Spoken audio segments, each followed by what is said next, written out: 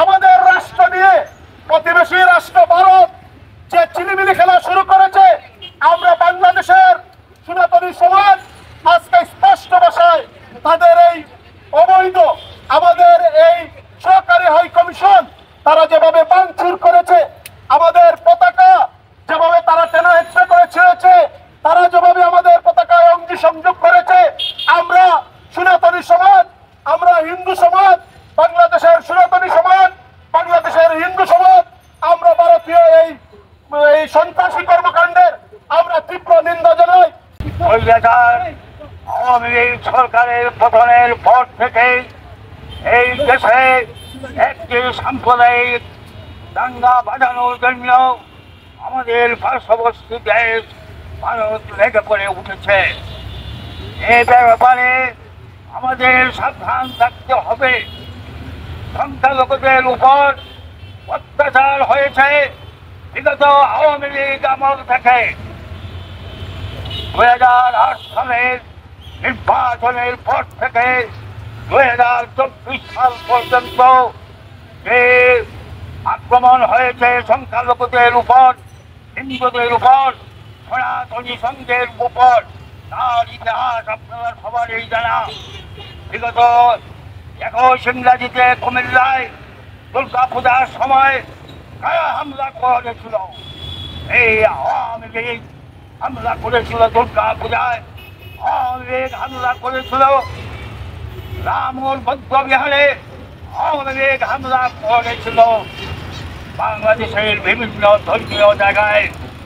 আর আওয়ামী লীগ এই নিজের সন্ত্রাসী কর্মকাণ্ড করে চাপায়ের দিত জামাত বিএনপির উপরে।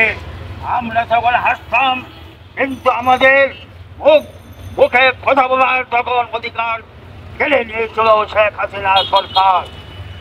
আজ আবার ভারত থেকে ষড়যন্ত্র করে বাংলাদেশে এসে রাজনীতি করার ষড়যন্ত্রে মেতে উঠেছে।